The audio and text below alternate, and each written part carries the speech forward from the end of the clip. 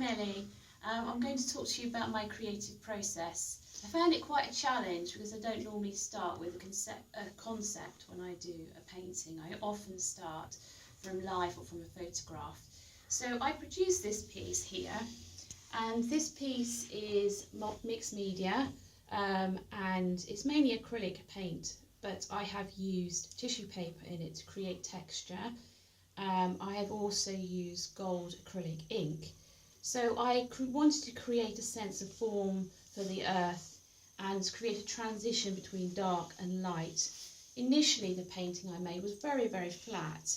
I'd done quite a bit of research into photographs of wasteland and destruction, and it just didn't work. So I remade it, I rebuilt it with more tissue paper, more layers of paint. I also did some research sketches of plant life when I went on my lockdown walk, so I did little flowers which I used here. And in the end I was really pleased with my final piece, and I really hope that you like it too. Thank you very much. Hi, my name is Jenny Burge and I'm a mixed media artist.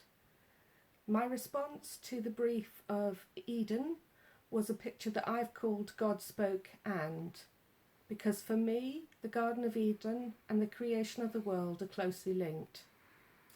I used acrylic paints, oil pastels, collage, stitch, beads and hand-dyed silk to create this mixed media abstract. The colours and the textures and the shapes emerging from the nothingness which is depicted by white to form the Garden of Eden and then the rest of the world. Hi, my name's Debs Harrison and this is my entry into the Christian Arts Festival, and the piece is called The Devil's Gateway. It's made of Portland stone, double mounted on slate with 23 carat gold gilding. The inspiration for this piece came when I was holding a stress ball that was shaped and patterned like the continents of the earth, and the parallels struck me that Eve, in biting the apple, is like us and the beginning of consumerism, because Eve believed a lie. She believed that God was withholding something from her, and the desire of humanity was for more. And we still have that. We still believe that lie. We still believe that we are actualized by the possessions that we have. We still believe that it is in taking what we desire that we are made happy and fulfilled. But the reality is, the more we take, more others suffer. So, for example, the mobile phone. When we upgrade our phone, there are people in other countries who are being exploited to mine the minerals that go inside it. And when we upgrade with fashion, there are sweatshops in other countries that are labouring to supply us with those fashions. So it struck me that whenever there's gains for one person, there's losses for another. Now, the one reason why I did this piece is because Jesus, when he comes to earth, he rejects the lie that he can be self-actualized by the things he has or by the power or the status he has. He knows who he is, and we can have that same Spirit of God living in us to reject the temptation, to reject the lie that there is more if we have possessions and if we consume. Thank you. This picture, Creation Cartwheeler, is an original detail from a larger design about the Holy Trinity. The background shows rolling hills dotted with trees, and the foreground a tumbling, spinning sea. Central to the whole is a patterned blue cartwheeling figure. The open plain shows a mixed group of animals: an elephant, a monkey, a goat, and a kangaroo. Above them, two-tone birds flutter and float across the interlocking blue and white of the sky. The cartwheeler moves in and through and across the space, enlivening all the shapes around him. The world is at peace. Creation is in celebration here. The loose abstract style of imagery lets the viewer open up their imagination as their eyes move around the image.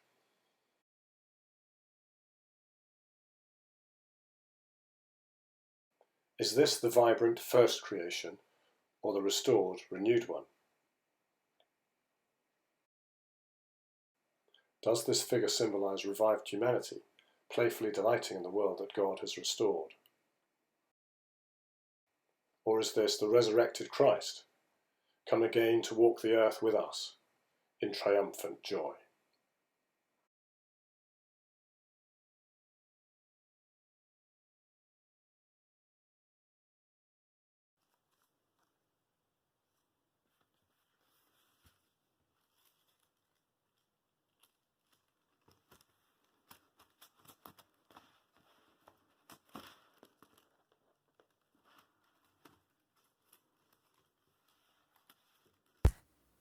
Hello, I'm Carol Burry. I work with drawings and paper textiles, and the work I'm exhibiting with the Eden Christian Arts Festival reflects the research and time that I've spent sketching, walking and talking to the Lord, finding creation in the smallest objects as well as the expansive landscapes, experiencing the wonder of this world in the newest small spring leaf or the heady scent of blossoms, finding a sense of hope in this very different world we're finding ourselves in was particularly helpful. Discovering that a regular walk was not made alone, and that the tree of life in that first Garden of Eden is as present today with Christ keeping me safe. I love this verse of scripture from Deuteronomy 8:7-9. For the Lord your God is bringing you into a good land, a land with flowing streams, with springs and underground waters welling up in valleys and hills, a land of wheat and barley, of vines and fig trees and pomegranates, a land of olive trees and honey, a land where you may eat bread without scarcity, where you will lack nothing, a land whose stones are iron and from whose hills you may mine copper.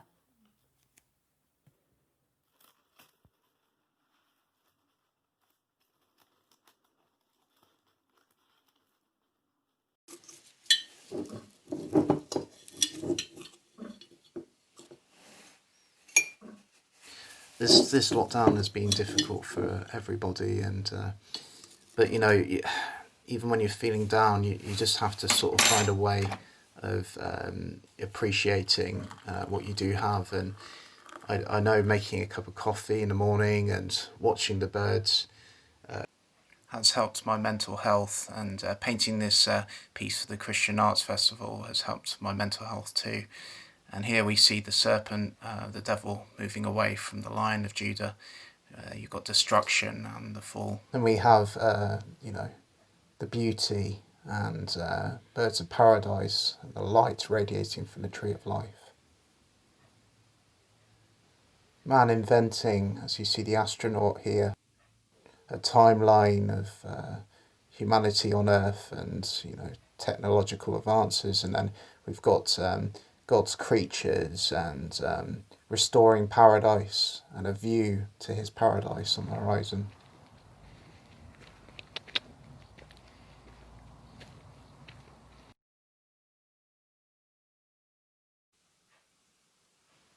I've often asked myself when I stand back from this painting what I like about it the most. But I think I like the lion because it's the centre point of the painting, and it's Jesus, the Lion of Judah. And I've often wondered what it's like to look into Jesus' amazing eyes.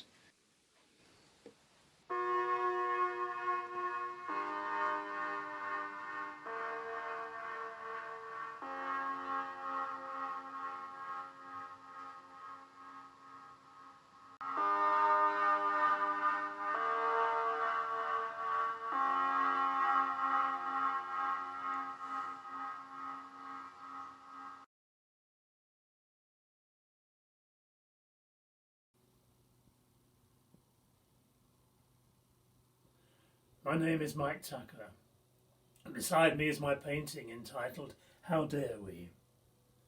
I've used the story in Genesis 2 as the basis of the painting regarding the Garden of Eden to represent unspoiled creation.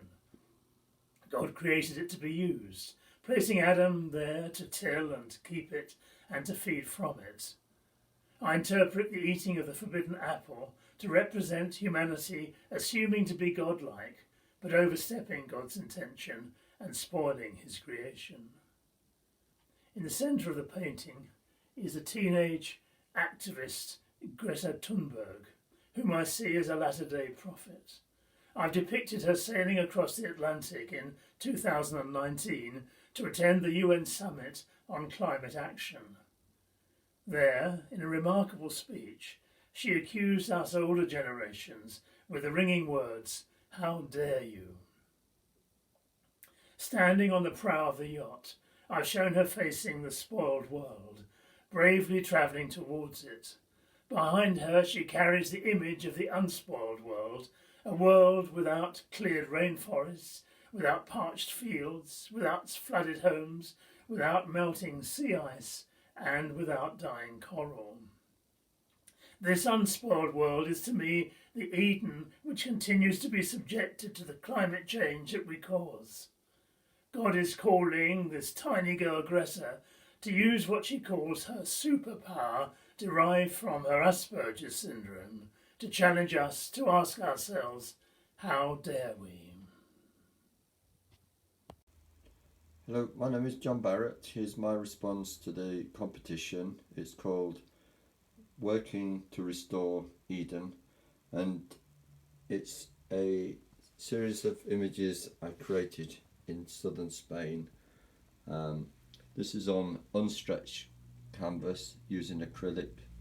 They're all based on observations of being in that area. Hello, my name is Karen Bourne, one of the artists exhibiting at the festival this year. I've been asked to talk a little bit about the inspiration behind the pieces I've submitted. My art practice revolves around working with words and trying to capture a moment or thought in time. I write haiku poetry and use the discipline of its structure to create poems that have a brevity and simplicity. Haikus have been described as one-breath poetry, and in a world obsessed with speed, it can be easy to rush over them. They require a slowing down, to really listen and see, to stop and dwell in the space they occupy. Lost in a moment, shattering separation, the serpent slithers. I was thinking about the choice that was made by Adam and Eve in the garden. The consequences of their action were immediate, affecting all involved. There was a severing of connection they did not foresee. The words and colours of the painting try to convey this loss. Eden was spoilt, its perfection marred. Darkness and sin had entered, leading to a physical separation, hence the tear from top to bottom. The painting is not particularly attractive, but neither was the outcome of that moment. Blinding orange light, glass caught sunrise reflection, hopeful wings take flight.